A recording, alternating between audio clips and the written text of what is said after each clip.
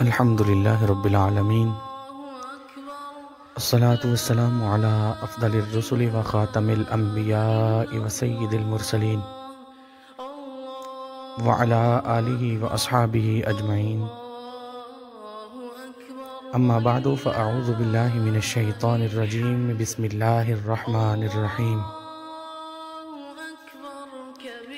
لن ینال اللہ لحومها ولا دماؤها ولكن يناله التقوى منكم، صدق الله مولانا العلي العظيم وصدق وبلغنا رسوله النبي الأمي الكريم الأمين الرؤوف الرحيم۔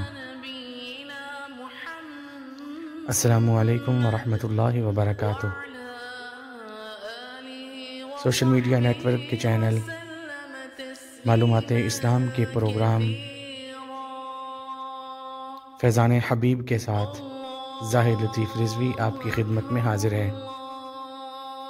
آج کے پروگرام میں ہمارا موضوع گفتگو ہے مسائل قربانی۔ گزشتہ پروگرام میں ہم نے قربانی کے فضائل کے اندر یہ ذکر کیا تھا کہ اللہ تبارک و تعالی ہمارے خون اور گوشت کا محتاج نہیں، نہ اس کو ضرورت ہے، اور نہ ہی خون اور گوشت کا محض انسان کو فائدہ ہوتا ہے۔ جب تک کہ انسان کے دل کا تقوی وہ انسان کو حاصل نہ ہو، تب تک یہ خون بہانا اور گوشت تقسیم کرنا، کھانا، یہ انسان کے لیے مفید نہیں ہوتا۔ اور جب دل کا تقوی ہو تو پھر یہ سارے اعمال اس قدر مفید ہوتے ہیں کہ نبی پاک صاحب الاولاق صلی اللہ تعالی علیہ وآلہ واصحابہ وبارک وسلم نے ارشاد فرمایا کہ یوم نہر یعنی 10 ذی الحجہ کو اللہ تبارک و تعالی کو سب سے زیادہ جو محبوب عمل ہے وہ قربانی ہے۔ حالانکہ لوگ 10 ذی الحجہ کو نماز بھی پڑھتے ہیں، اور یعنی نماز عید بھی پڑھتے ہیں، صدقہ بھی کرتے ہیں، اور بہت نیک اعمال کرتے ہیں، لیکن سب سے زیادہ محبوب عمل اللہ کی بارگاہ میں وہ قربانی ہے۔ تو میرے معزز ناظرین و سامعین، اس قربانی کے مسائل کو جاننا بھی ہمارے لیے ضروری ہے۔ تو سب سے پہلے جانوروں کی عمریں، چھوٹے جانور کی عمر 1 سال اور بڑے جانور کی عمر 2 سال ہونا ضروری ہے۔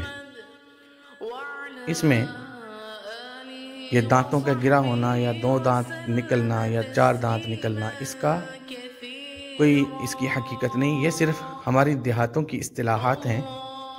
شریعت پاک کے اندر جو بکرا یا چھوٹا جانور جو ہے وہ 1 سال کا ہو اور بڑا جانور 2 سال کا ہو تو وہ قربانی کے لیے اس کی اجازت ہے۔ اسی طرح قربانی کا جو جانور ہے اس کو ذبح کرنے کا طریقہ کیا ہے۔ ویسے یہ مسئلہ ذہن نشین رکھیں، کیونکہ کوئی بھی جانور جب ذبح کریں گے، چاہے وہ قربانی کا ہے یا ویسے جانور جب ذبح کرتے ہیں، اس کے اندر یہ بات جاننا بے حد ضروری ہے کہ جانور کے گلے کے اوپر 4 رگیں ہوتی ہیں، ایک خوراک کی نالی ہوتی ہے، ایک خون کی نالی ہوتی ہے، اور 2 سانس کی نالیاں ہوتی ہیں۔ ان میں سے یہ 3 رگیں کٹ جائیں یا ساری رگیں کٹ جائیں تو جانور ذبح ہو جاتا ہے، یعنی ذبح درست ہے۔ اور طریقہ یہ ہے کہ اس جانور کی رگیں کاٹ کے اس کو خود ٹھنڈا ہونے کے لیے چھوڑ دیں۔ بعض لوگ جانور کے وہ گردن کے اندر، حرام مغز کے اندر چھری مارتے ہیں تاکہ جانور جلدی ٹھنڈا ہو۔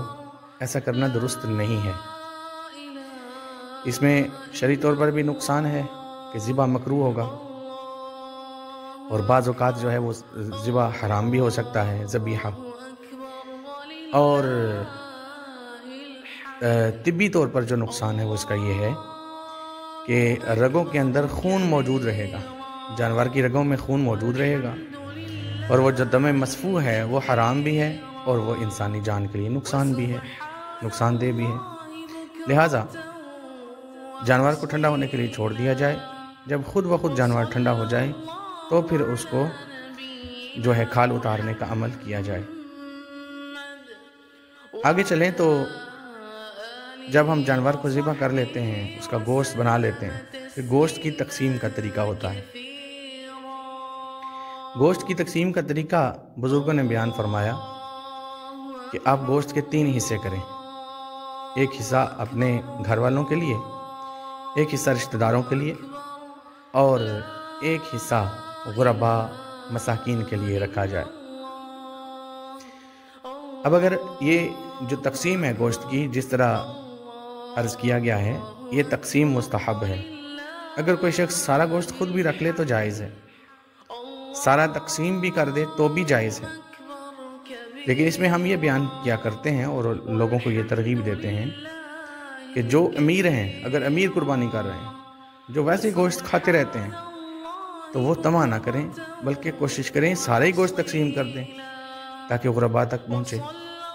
اور جو درمیانے کلاس کے لوگ ہیں وہ یہ 3 تقسیم کر دیں، یعنی ایک حصہ اپنے لیے رکھ لیں، ایک گھر والے اپنا رشتہ داروں کے لیے، اور تیسرا یتیموں غریبوں مسکینوں کے لیے.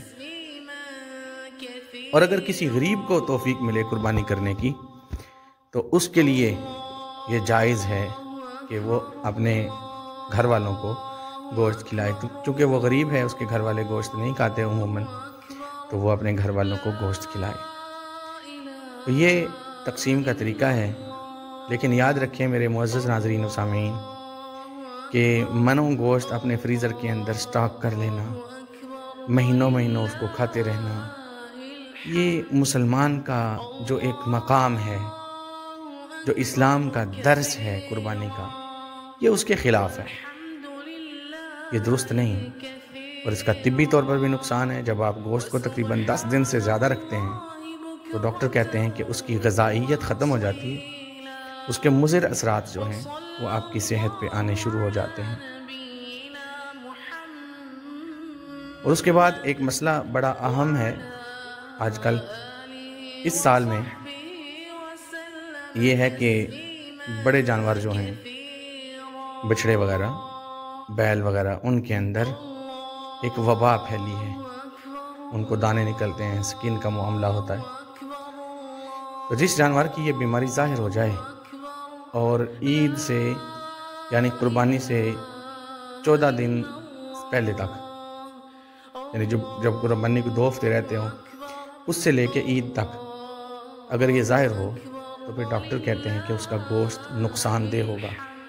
لہٰذا کوئی بھی جانور جس کے اندر ظاہری کوئی عیب ہو یا اس کے گوشت کے اندر کوئی ایسا عیب ہو جو نقصان دہ ہے، اس کی قربانی درست نہیں ہے. لہٰذا فقہا اور مفتیان وقت جو ہیں وہ فرماتے ہیں کہ ایسے جانور کو جو ہے وہ قربانی دینا اس کی درست نہیں ہے کہ جس کی بیماری عید سے 14 دن کے عرصے میں، عید سے پہلے 14 دن کے عرصے میں ظاہر ہوئی. کیونکہ 14 دن اس کا اثر جو ہے بیماری کا وہ رہے گا، چاہے آپ اس کو ویکسین لگواتے ہیں، انجیکشن لگواتے ہیں، پھر بھی 14 دن تک اس کا اثر رہے گا، اور اس کا گوشت جو ہے وہ بندے کے لیے، انسان کے لیے نقصان دہ ہو سکتا ہے. لہٰذا جن جانوروں کے اندر یہ وبائی مرض ظاہر ہو جائے ان کی قربانی نہ دی جائے. اور اگر کوئی غریب بندہ ہے اور قربانی دینا چاہتا ہے تو اس کے لیے فقہا علماء اجازت دیتے ہیں کہ آپ جانور کو ذبح کریں اور ذبح کر کے اس کو دفن کر دیں. نہ اس کی کھال اتاریں، نہ اس کا گوشت تقسیم کر دیں، آپ ذبح کر کے اس کو دفنا دیں. اور آخر میں ایک مسئلہ گزارش کرنا چاہوں گا تکبیرات تشریق کا.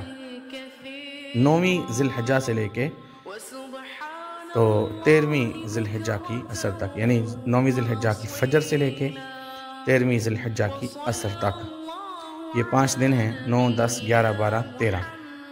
ان 5 دنوں میں تکبیرات تشریق، یعنی ہر نماز کے بعد، ہر فرض نماز کے بعد ایک مرتبہ کم از کم اللہ اکبر لا الہ الا اللہ واللہ اکبر وللہ الحمد، یہ کہنا ضروری ہے، واجب ہے. اور 3 دفعہ عموماً یہ تکبیرات پڑھی جاتی ہیں. تو جو نمازی مساجد کے اندر نماز پڑھتے ہیں یا جو خواتین گھروں کے اندر نماز پڑھتی ہیں، یہ تکبیرات قدر بلند آواز سے، یعنی بہت زیادہ بلند آواز سے تو نہیں، لیکن قدر بلند آواز سے یہ تکبیرات کہی جائیں۔ اللہ تبارک و تعالی ہمیں قربانی کے مسائل کو سمجھ کر ان کے مطابق عمل کرنے اور قربانی دینے کی توفیق نصیب فرمائے۔ وآخر دعوانا ان الحمدللہ رب العالمین۔ السلام علیکم ورحمۃ اللہ وبرکاتہ۔ اللہ اکبر اللہ اکبر اللہ اکبر لا الہ الا اللہ اللہ اکبر وللہ الحمد اللہ اکبر کبیرا والحمد للہ کثیرا وسبحان اللہ بکرة وأصیلا وصلى الله على نبينا محمد وعلى آله وصحبه وسلم تسليما كثيرا۔